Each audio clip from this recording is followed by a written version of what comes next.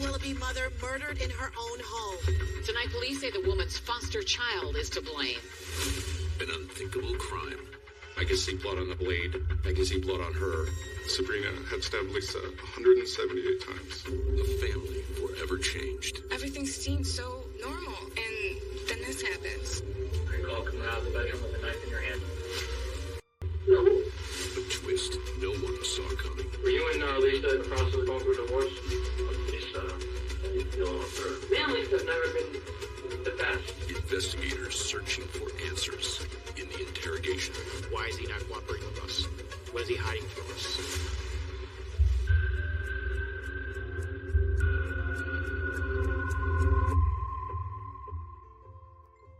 Every suspect accused of a crime has the right to remain silent. Many agree to be interrogated anyway, but they can stop the interview at any moment, making it a race against time. Justice hangs in the balance.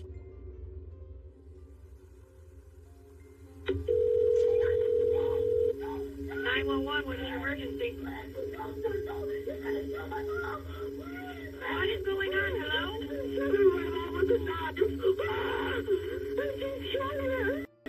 Who had the knife? My sister.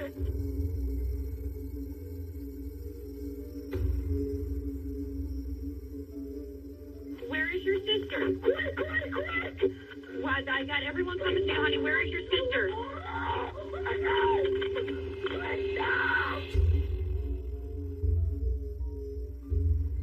I was on patrol, and I heard the call come over to dispatch. Green Drive, I have a female with stab wounds. Attention, ambulance is needed. You could tell by the tone of her voice that it wasn't normal. When the police arrived, they found Megan Knafel, who made the 911 call, come out of the house and say, "You better come in. Hurry." She was frantically waving her hands for me to hurry up and get in the house, screaming that she's going to kill my mother. She was very, very panicked, very frantic. So we approached the bedroom door, and I was expecting to hear something. You're being told somebody's being stabbed. There's, some kind of fight going on, but you hear nothing. It was eerie.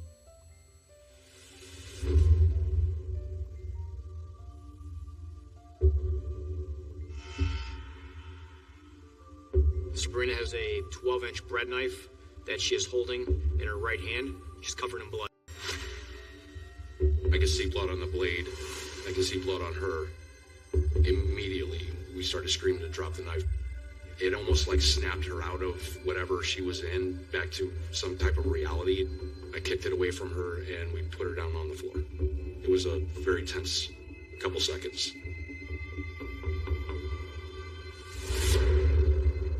When I first walked into the house, the scene was horrifying. It was very bloody, the smell of death.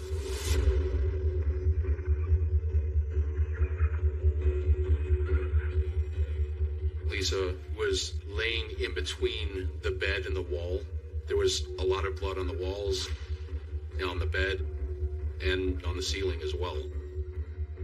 The coroners documented that Sabrina had stabbed Lisa 178 times. It was a long bread knife, and the blade was actually curved. It was bent. It's just, you try to picture in your mind what had to have happened to make that knife bent like that.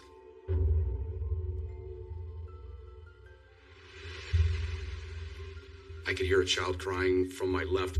We opened up the door to clear the closet, and that's when I found a very, very small child screaming.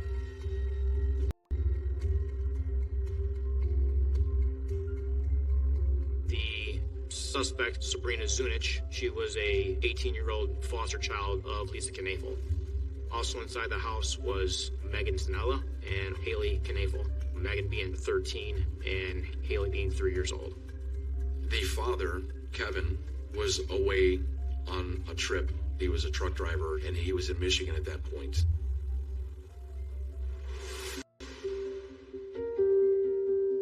Lisa was married before she met Kevin. Her first child, Megan, was actually born in 1999. Her first marriage ended in 2003, and she met Kevin soon after, and they got married in 2006. And the very next year, their daughter, Haley, was born. Lisa worked for the Cuyahoga County Job and Family Services in the sex division. She worked on some of the most difficult cases in the county. Caring for children wasn't just a job. She lived it. She brought troubled kids into her home.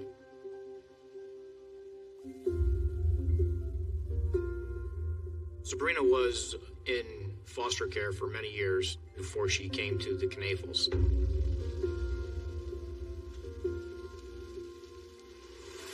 Sabrina landing with the Knafels really represented a fresh start for her. She went from a troubled home with her biological father and grandma to a youth shelter where she did not want to be.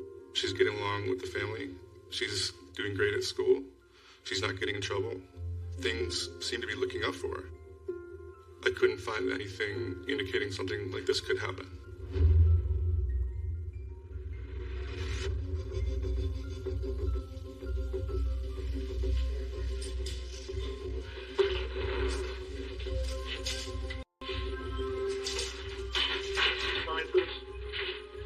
You remember me, right?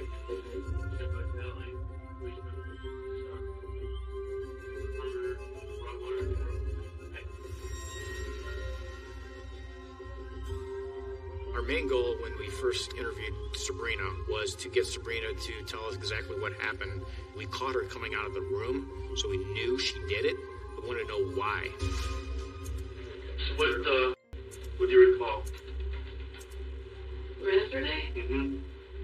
Getting done with my homework? I don't know. And that's it. Mm-hmm. I'm going to bed. And we were at home? Mm-hmm. What, anything unusual happen? I don't know. Everything went fine according to what I know of. Starting from when you got home from school yesterday. I got home, went to drive home. Then we had hamburger helper. And then I went back to doing my homework. It was like 12. Went upstairs, tried to go to sleep. Not going to go to sleep, so I went to go get some Advil. Mm-hmm. Ibuprofen. Because my head hurts. Where did you take ibuprofen from? In my son Kevin's bathroom. That's where I fell. Kevin and Lisa's bedroom. Kevin and Lisa's bedroom? Okay. We were trying to lock her into a story. Do you remember what the bottle said? We try to go over the same event over and over again to see A, if they're going to change her story, or B, if they're just going to kind of give in and be like, okay, I'm going to tell these guys now because I don't have it in me to lie anymore. Okay. After some point in time, you don't know how long it's been, you can't go to bed because you've got a headache, correct? You go open up the medicine cabinet, white bottle that says ibuprofen. How many do you take? 3.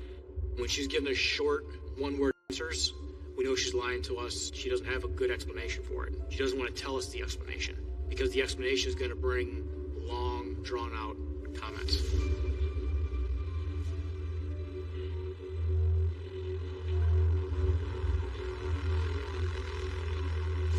How do you get along with Kevin? Kevin's and me are cool. I mean, he's the one that helps me out. Because this is Megan to deal with. And so we made an agreement a long time ago that if I need anything, that I can go to Kevin. How about with Lisa? How do you feeling with her? Me and Lisa's never been the best. She's never seemed to like me, and she's been wanting me out of the house.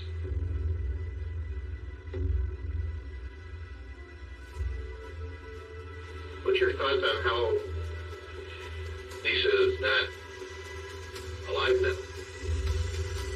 What?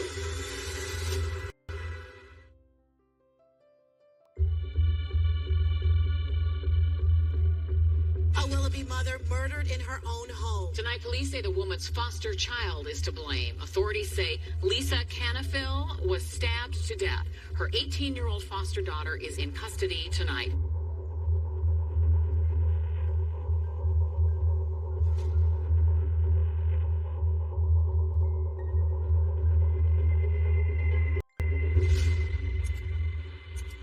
Recall coming out of the bedroom with a knife in your hand? No. First thing she does she has an itch on her forehead for no apparent reason. When people touch their face or, start scratching or start tapping their toes, it's a good indication to us that the person's probably lying. They're nervous. Unless you had a knife. You stabbed Lisa. I did. Yes, you did. And then Megan called the police. That can't be true. Great, it is. I'm sorry. This is really dead. Denise is dead. Sorry. I don't believe this. Nobody else is hurt. Nobody else was hurt. Thank goodness. What we're trying to do here is to get her to open up to us. She looks damaged to us, so we don't want to take a hardline approach with her. We want to take a nice, easy approach with her. What's going to happen to Haley, Megan, and Kevin? Haley, Megan, and Kevin are all safe. They're at home. How do you get along with Megan and Haley? Haley is my everything. I love her. Okay. Megan, me and her were up and down. So, what you're saying is true. You're telling me Haley and Megan love me or her mother? Correct. Nobody needs to see that. No. Her emotions were up and down. We call that a big pendulum swing. Sometimes she'd be crying, then, she'd want to listen. That is a very big indicator that they're trying to lie or they're covering something up. Is everything will be okay? Just Not with me. no. It's not going to be okay for a lot of people.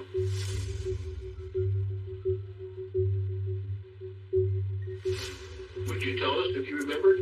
Yes. For right now, we're still doing our investigation, but you're under arrest. Lisa's dead, and it appears that you're responsible for that at this time. So that's what the charge is going to be. Sabrina never denies committing the murder. She just acts confused when I tell her that she's the one who killed Lisa Knafel. We could have waited here for 4 days, and we were probably going to get the same answer from her. We made the decision that we're just going to cut this down because she's not going to give us anything else that we need.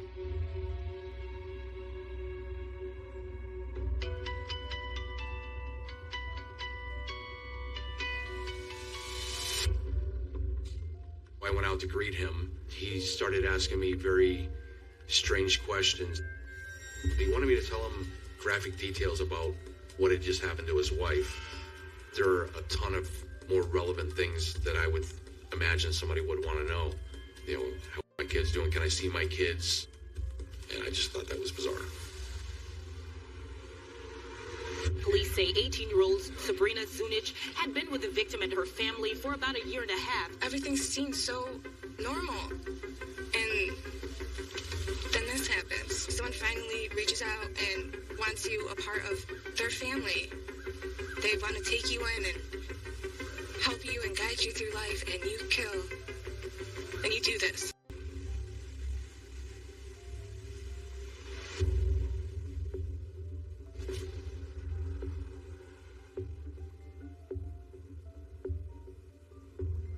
There was some trouble that was stirring in their marriage. Friends of Lisa said that they were talking about possibly getting a divorce because it got that bad. The root of the problem was Sabrina. Kevin, Lisa, and Sabrina did have a meeting with the social worker, and there was a conversation about when Sabrina would leave the Knafels' house. Sabrina turned 18 when she was still in high school, senior in high school, and Kevin really wanted to keep being her foster father. I believe it was all agreed upon that Sabrina would stay at the Knafel house until after she graduated from high school, which would have been in June the following year.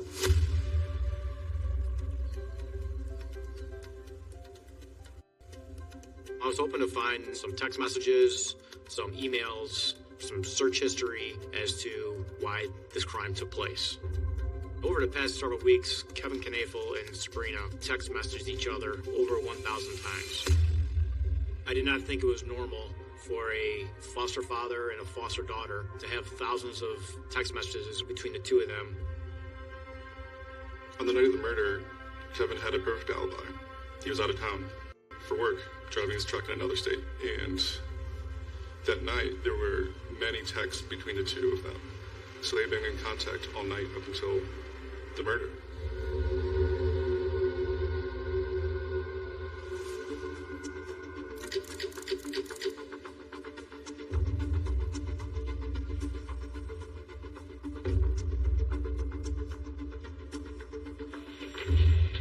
Ron Palmer.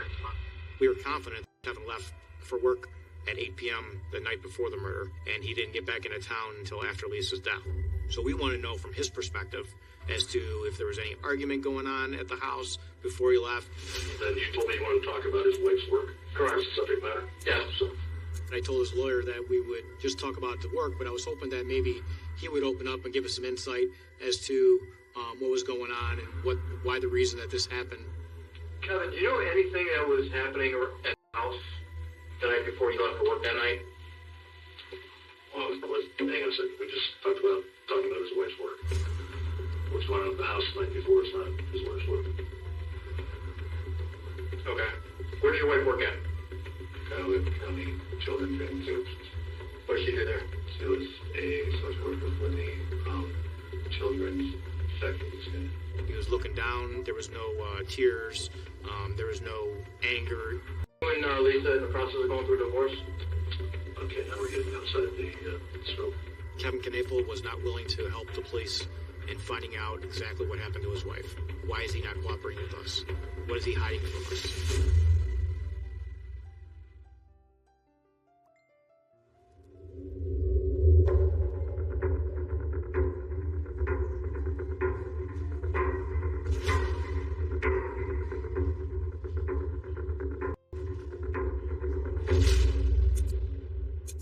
We're just trying to figure out what happened that night.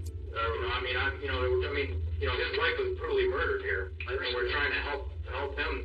He can help us in the investigation. He wasn't within 100 miles of the house when that. I understand that, but he was with them prior to leaving the house, so he can discuss what the house was like prior to him leaving.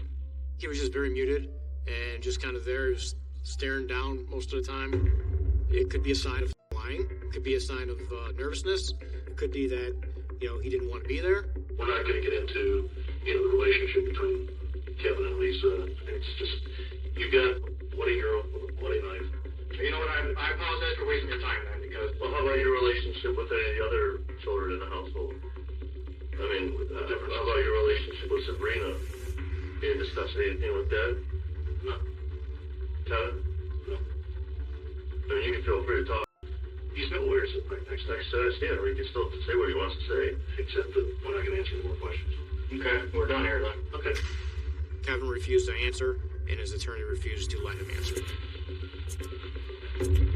This interview did bring Kevin even more as a suspect at this point, just for the pure fact that he didn't even have the willingness to want to help the investigators in his wife's brutal murder.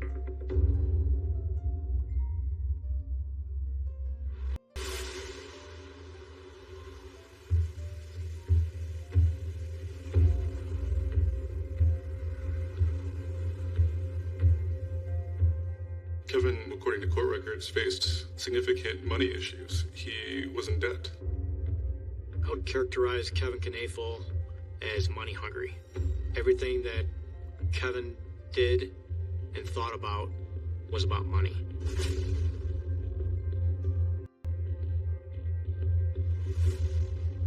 Kevin Knapel took out approximately $750,000 worth of life insurance on Lisa Knapel. Back in April of that year, he terminated his own life insurance and his kid's life insurance, but kept Lisa's life insurance. He got more than $750,000 after Lisa's death, and he used that to pay on a previously foreclosed upon house. He used it to buy a new car, to take flying lessons. Records show that he and his mother purchased a $225,000 house in Summerfield, Florida. Seeing the things that Kevin spent his money on, talking to friends who noticed how cold and indifferent he was about the murder, and piecing all these things together, it really painted a story.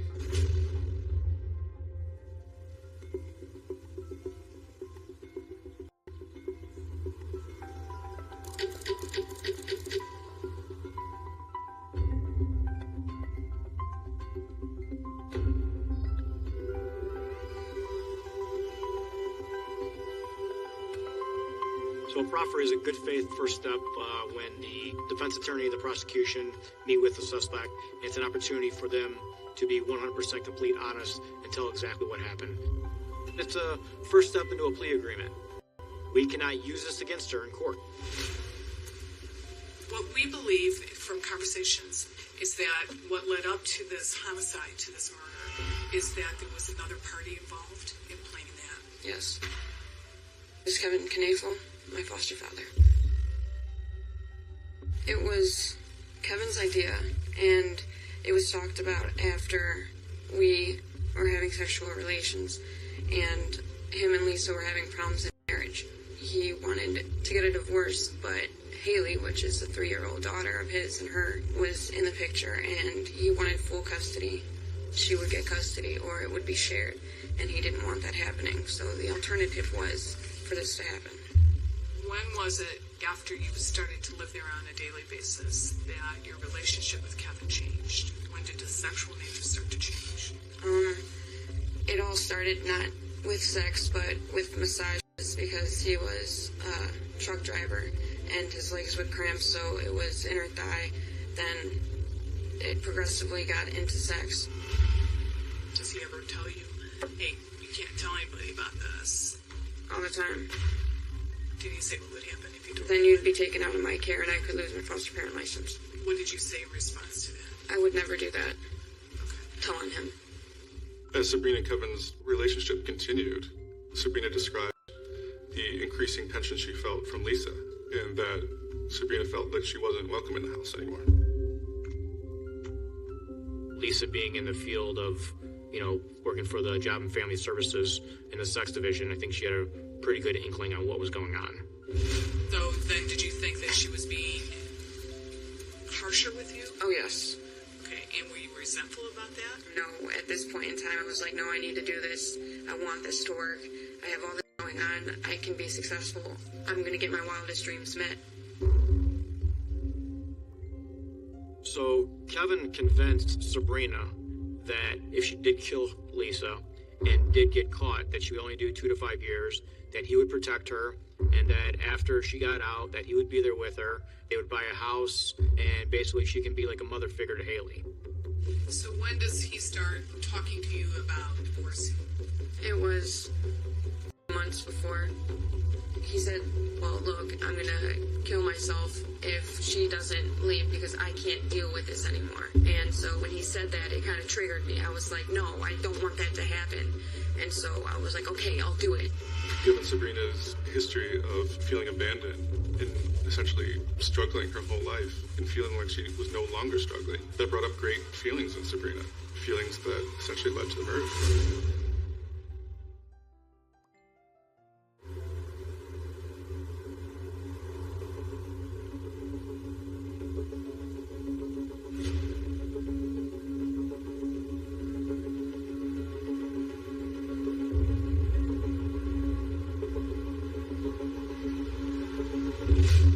So have you talked to him since then?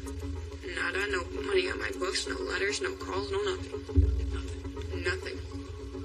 That's when we learned that Kevin helped plan this murder. It was calculated, and essentially Kevin using Sabrina to get his wife out of the picture and to collect life insurance money. So tell me if you remember the first time you talked about it. It was brought up in the car on the way to school. He broke down and cried and said, I'm taking my life or she needs to be dead. Why doesn't he kill her? Because then Haley wouldn't have a father. He'd be out in prison, and basically he convinced me that I wouldn't get caught. Before the actual murder, another plot was supposed to happen. They were talking about this hitman. I know you said that you didn't tell anybody that you were planning on killing Lisa. Can I tell you that I did have somebody else know about it, and it was Autumn Pavlik. She knew about it, was going to have people from Cleveland do it. Autumn Pavlik was Sabrina Zunich's friend. They had met at South High School. Autumn got roped into the murder plot because Sabrina approached Autumn and asked her if she can get a hitman. I guess Autumn used to live down in a different section of town where she was around that kind of activity.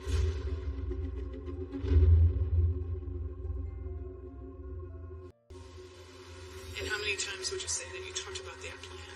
It was all planned in about a month. All the specifics were 2 weeks before what was going to happen. And then during the time when you would see Lisa, I mean, would you think, like, oh, I can't do this? My heart would beat out of my chest when just thinking about it. I still sit here in disbelief that I did it. That's not me. So when you would have those moments of self-doubt, what would convince you to do it? That it would be for Haley's best interest. That's what he manipulated me with. The plan was me not to get caught, and me and him to live together with Haley, and me be a mother figure to her and have a relationship. During his proffer, she seemed very honest with us. She gave good eye contact with us. There was no delay in between her answers. She was very direct. And was there any discussion about what knife to use? Yes. How did that go down? We went to the kitchen. He showed me, and showed you what? The knife and which one to use. It was use this bread knife because there's ripping on it and there's ridges and it's long.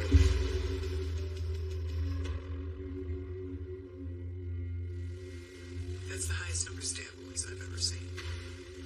So how did you go about that? I can't say I don't remember, but I don't know what came over me because she got up, she was able to fight it, and I guess that's what made it to be. Why did you stop when you realized, oh, this isn't going the way I thought it would? Because I said, well, it's too late now. I'm going to go to jail anyway. Matter, just get it done. Sabrina's childhood, I believe, is probably the most important thing to understand why something like this could happen. Sabrina had never experienced a stable family, a loving household, the sense of security, the sense of belonging. Kevin seemed to know how to prey on Sabrina's vulnerabilities.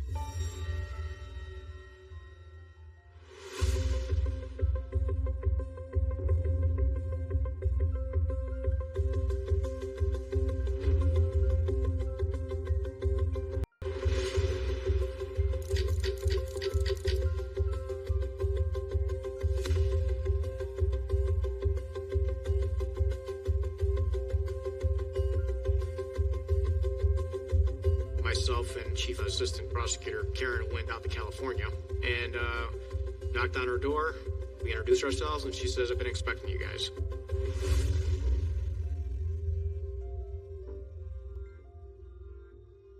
In later October of 2012, Autumn Pavlik actually moved out to California, and that's where she received a phone call from Sabrina Zunic asking, are we going to be able to do this hitman thing?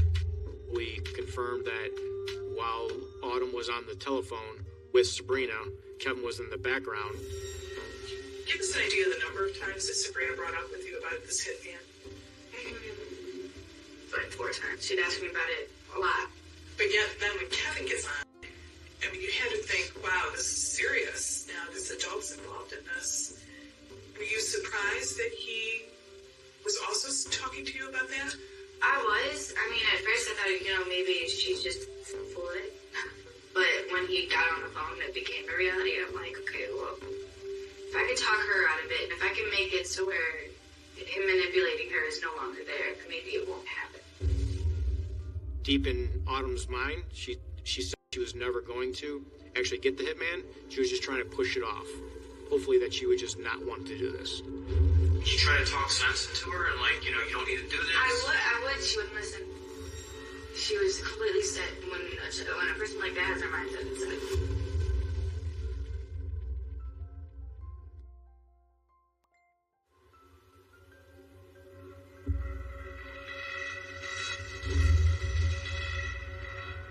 Just remember, you're always in contacting us.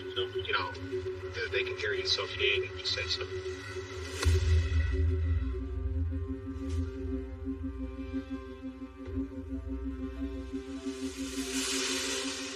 So you have audio and video on the key fob. You don't have to touch anything. You don't have to do anything to it. We just want to try to get Autumn and have Kevin try to talk about the murder of his wife. Try to get him to talk about their plan of the hitman, or of the robbery, and of the life insurance policy. Figured I'd stop over because I've been trying to reach you. Go out there. Maybe go see Sabrina and wanted to see if I could talk to you. Sorry. I'm sorry to get past all this crap. Yeah, me too, but there's cops that have been contacting my dad, trying to find me, and I have no idea what's going on. Like, what am I supposed to say to them? Because of the whole, like, the hitman thing that we talked about on the phone. If somebody's accusing you of being involved in something you know you're not involved, you would say something like, "What are you talking about? I have no idea what you're talking about. You're crazy." How many times in someone's life do they say that they want to kill somebody? They don't know what they mean. But she also said that you and her, like, collaborated or put together some type of plan. So you said you haven't talked to her? No, like before it all happened, before everything happened. If I wanted someone dead, it would have been with a gun, because I have a lot of them. It's just, if somebody's talking about a hitman, are you involved in something like that, or are you not involved in something like that? It's pretty simple. Now you have to face the situation because, we didn't know. I'm not in any situation right now. Well, of course you are. You lost your wife and... Well, that's the situation I'm in. We gotta keep going.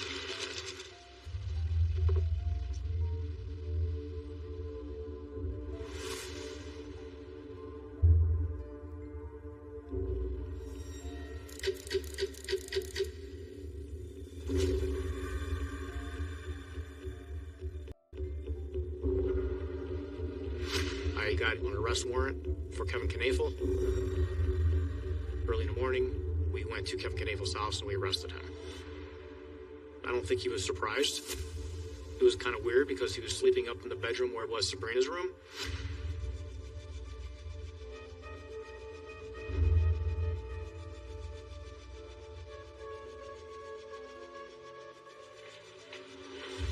So we're good to go around. Get started.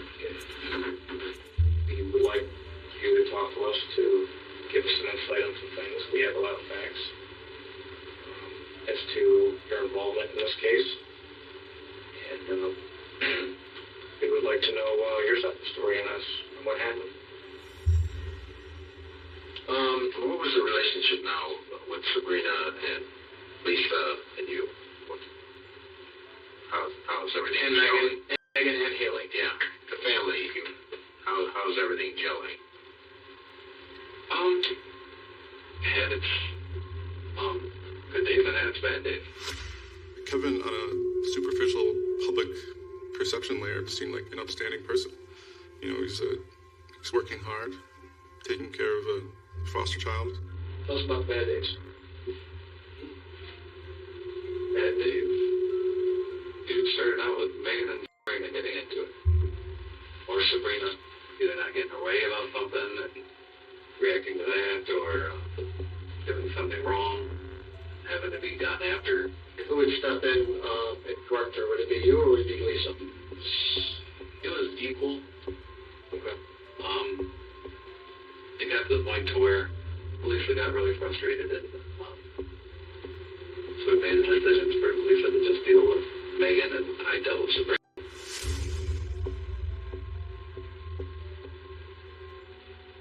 So, if you could elaborate more on how your relationship with Sabrina developed, evolved. Remember, Kevin, we asked you for the truth when we came here. Then we're getting into all this stuff. Am I supposed to have my lawyer? It's your decision. You know you have a choice in the matter.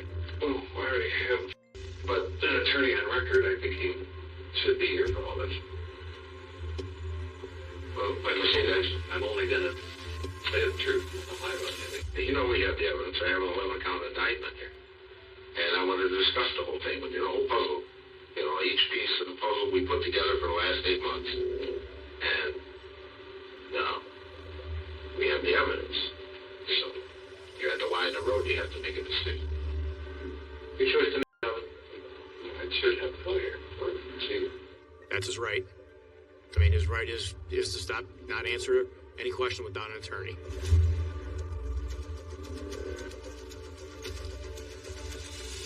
All right, go ahead and stand up. I'm gonna pat you down. We've done the right thing, and we had the right person. Kevin Knafel was 100% involved. With me?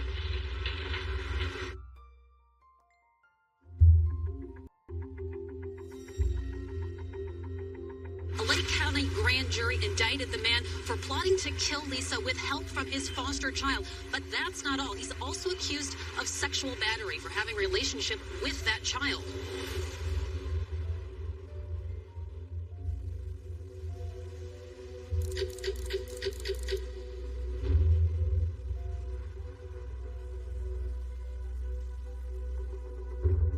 The charges were conspiracy to commit aggravated murder, complicity to commit aggravated murder, and there was multiple sexual battery charges. Sabrina explained later that she turned against Kevin because she felt abandoned by Kevin, who promised to take care of her after the murders. She believed her life was going to be better after Lisa was out of the picture, but ultimately being in jail on these charges and feeling abandoned by Kevin for not protecting her, she decided to speak up. We have a 44-year-old man with no prior criminal record, no prior criminal history. But we also have a 41-year-old woman who was a mother to two, a sister to one, and a wife who was brutally murdered.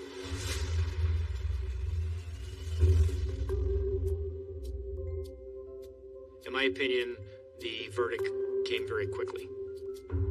The jury came with a guilty verdict. I believe it took a matter of about 2 days.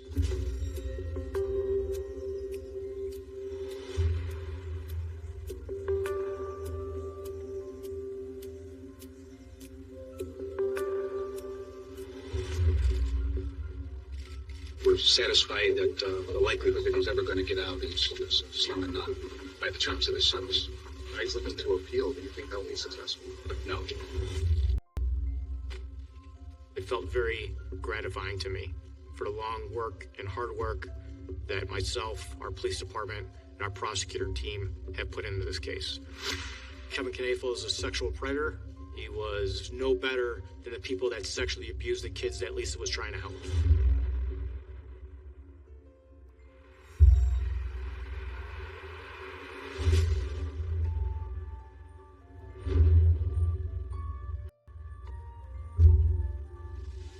Sanitary Cotter, as I understand it, is that correct?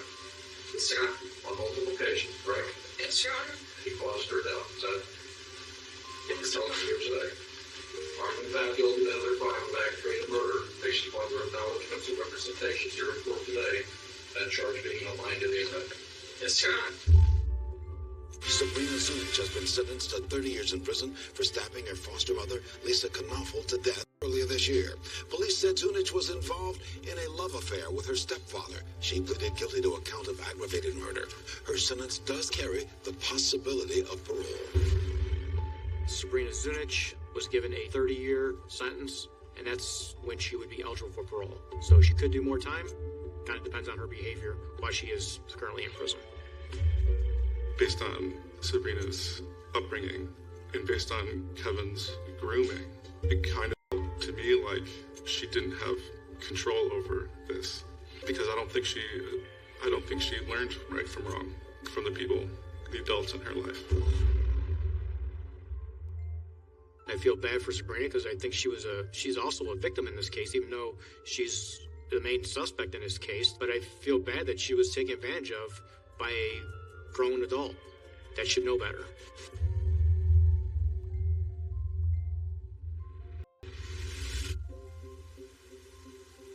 When you think back to the type of person Lisa is, it just makes it that much worse to have your life taken by somebody that you reached out to help. Is unfathomable to think about. When a person dies, it has a ripple effect on everybody. It causes so much pain for their children, for the people who love Lisa, for the kids who can no longer be helped because Lisa's not here. It causes so much pain when somebody like that dies.